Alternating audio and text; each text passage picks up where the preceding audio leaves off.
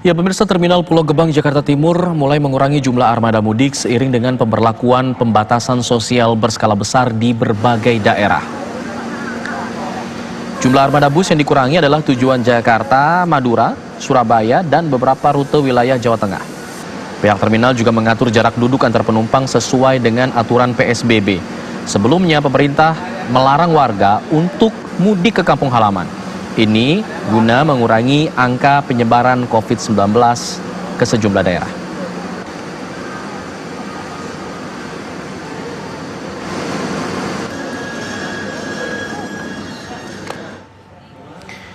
Untuk membahas bagaimana dampak dan juga antisipasi dari pengusaha jasa angkutan di tengah larangan mudik selama pandemi COVID-19, kita akan bertanya langsung dengan Ketua Ikatan Pengusaha Otobus Muda Indonesia, IPOMI, Bapak Kurnia Lesani Adnan, yang saat ini sudah terhubung lewat sambungan telepon. Selamat siang menjelang sore, Pak Sani.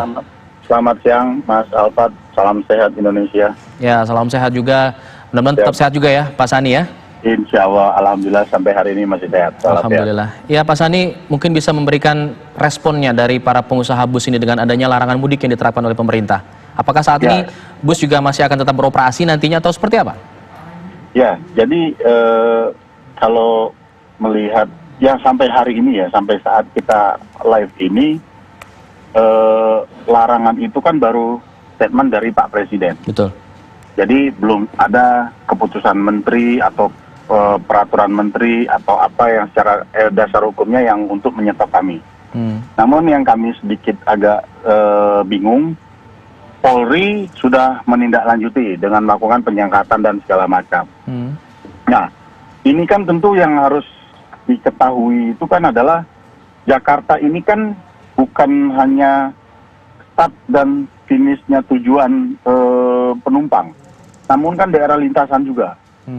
Kendaraan angkutan yang dari wilayah Sumatera yang menuju ke Jawa Tengah atau Jawa Timur yang berangkat 2 hari lalu, nanti malam besok subuh dia baru lewat Jakarta. Oke. Nah, kalau ini ada penyekatan, mau diapakan penumpang kami itu dan mau dikemanakan bus kami? Nah, jadi ini yang kami juga masih menunggu. Tadi saya berkomunikasi dengan Kasubdit Angkutan Jalan.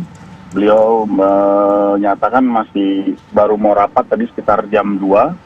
Baru mau dirapatkan, nanti saya juga masih menunggu konfirmasi dari beliau, dan teman-teman pengusaha otobus juga sedang menunggu apa petunjuk dari pembina kami, Kementerian Perhubungan Darat, dalam hal ini di bawah Direktorat Angkutan Jalan. Nah, jadi kami itu sampai hari ini belum dikasih, belum jelas apa harus seperti apa dan bagaimana.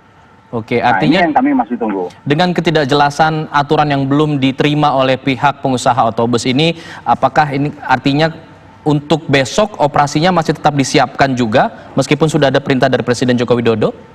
Iya, sampai selayaknya kalau bicara situasi semenjak PSBB ini, status kami, bukan status ya, maksudnya sikap kami ini lebih ke pragmatis dan oportunis, Mas Alfat. Jadi pada saat memang penumpang, jadi ada beberapa daerah tujuan yang memang sudah tidak ada penumpang, ada yang masih ada penumpang, artinya kalau yang tidak ada penumpang ya itu pragmatis ya, kami memang tidak beroperasi dan tidak ada yang bisa kami layani. Namun yang ada penumpang, ya sebagai yang diberikan izin pelayanan, ya kami punya kewajiban untuk melayani. Namun yang menarik dari semua ini, ya, kemarin saya ditelepon oleh salah satu kolega di Jawa Tengah, beliau naik pesawat udara, angkutan udara. Beliau menyampaikan, dan dia naik pesawat airline swasta terbesar di Republik ini. Baik. Dia bilang kok tidak ada PSBB ya, diumpel-umpelan dan penuh kapasitas. Nah, saya kaget, wah ini kok kami... Ada perbedaan perlakuan begitu, Pak? Saya tidak bilang itu, tapi saya melihat pemerintah tidak tegas dan tidak konsisten pengawasannya. Oke, tadi Anda sebutkan langkahnya sejauh ini masih pragmatis dan oportunis. Apakah ini kemudian artinya berkaitan dengan kerugian yang dialami oleh perusahaan otobus saat ini? Kalau bicara bisnisnya, kita sudah tidak bisa ngomong, sudah susah kita bahas sekarang ini, Mas Alfat. Ya. Hari ini dari total jumlah armada yang ada di antar kota antar provinsi itu tinggal 10% yang beroperasi, 90% sudah off. 10 dari 10% yang beroperasi itu pada saat kemarin kondisi landai ya isinya paling 15-20% dari kapasitas 50% yang diizinkan.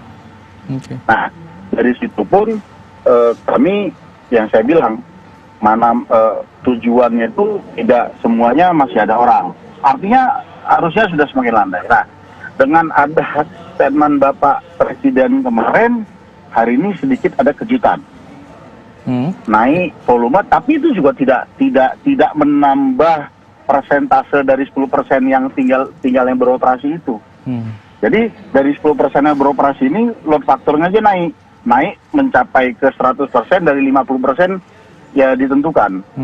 Jadi hanya kejutan begitu saja. Nah, jadi ini kami hari ini dari 100% jumlah unit yang kami miliki itu jalan paling tinggal 10%.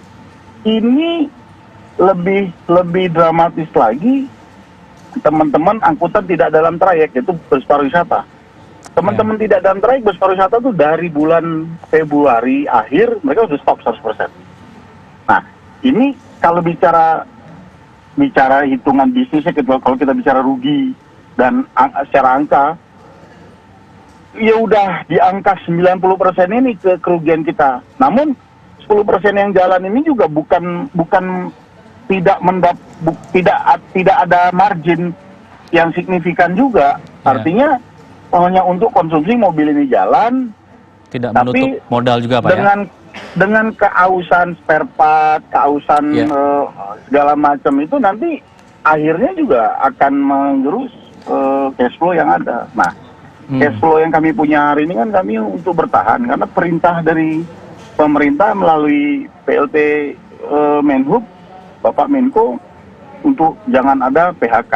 Nah, kalau ini harus seperti ini tapi pemerintah tidak menyiapkan konsekuensi yang terjadi dari impact yang terjadi dari pelarangan ini, ya sepertinya dengan berat hati akan terjadi PHK besar-besaran di industri transportasi darat berbasiskan bus ini. Depannya. Artinya sejauh ini memang belum ada bantuan atau insentif apapun dari pemerintah mengenai hal ini, meskipun ada larangan yang berasal dari pemerintah. Begini, kalau bicara insentif ya, relaksasi, ada yang sudah, ada yang tidak. Kalau yang kami mintakan melalui DPP Organda, kami bersurat di tanggal 25 Maret kalau tidak salah saya, itu kan kami minta agar kami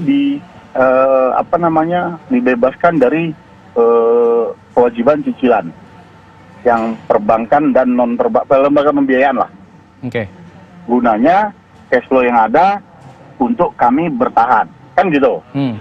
Nah, terus dengan Kemenkeu juga relaksasi untuk pajak. Terus BLT pengemudi. Nah, ini yang miris hari ini. BLT untuk pengemudi. Ya tadi itu lagi, Bapak Presiden sudah mendengungkan, semua mendengar. Nah, ini saya berharap juga teman-teman saudara-saudara kita pengemudi juga mendengar ini suara siang ini. Implementasinya masih belum 100%. Ya sekali lagi kita sama-sama tahu situasi ini tidak mudah, ya kan? Namun kalau ada kejelasan bagaimana tindak lanjut implementasi detailnya, kita juga enak dan saudara-saudara kita juga mungkin lebih tenang menunggunya. Ini belang-belang yang minggu lalu ada menyalurkan itu dari Polri, tapi itu tidak merata. Nah, dari Kemenko Perekonomian disuruh ngisi prakerja. Ya mohon maaf, saudara-saudara kita pengemudi, asisten pengemudi itu kalau disuruh ngisi secara online dan harus menaruhkan email dan segala macam, saya rasa sih jauh dari siap. Ya. Nah, ini yang kita masih menunggu lah. Dalam tahap menunggu ini, tadi Anda mengkhawatirkan bisa saja terjadi PHK besar-besaran. Apa yang kemudian menjadi langkah antisipasi agar kemudian PHK ini tidak terjadi, atau apa yang Anda harapkan agar kemudian PHK ini tidak terjadi? Sampai hari ini kami masing-masing terus berdialog, berdiskusi kepada badan pembiayaan masing-masing. Ya, itu tadi saya bilang. Namun belum mendapat pembebasan, tapi mendapat kemudahan. Ada dua opsi. Satu, nyicil separuh dari total cicilan kewajiban, atau membayar bunga saja. Baru itu yang didapat. Artinya kan kami harus spend, tetap ada uang keluar di tengah kondisi bisnis yang tidak ada uang masuk. Baik. Untuk pajak juga begitu, masih dalam tahap negosiasi juga. Kami masih menunggu juga relaksasi yang untuk PPh 25 khususnya, ya kan, pajak badan usaha. Nah, kami yang kami lakukan hari ini masih sudah melakukan secara swadaya dengan kemampuan kami masing-masing untuk membantu 90%